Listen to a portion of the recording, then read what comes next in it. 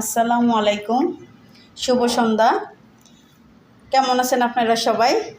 আজকে হালিমের নিয়ে বসছি, ও বাসায় আজকে, যেই কারণে বলতেছে একটু হালিম তৈরি করো। তা আমি এখন হালিম তৈরি করে দিলাম। ও নিজের হাতে নিবে, ও নিজের হাতে সব কিছু নেবে। দেখবেন কেমন হয়েছে, কমেন্টে জানাবেন। আমি অবশ্য বাসায় তৈরি করি হালিম, আমি বাসায় তৈরি করি। ও বাসারটা পছন্দ করে, বাইরেরটা খায় না।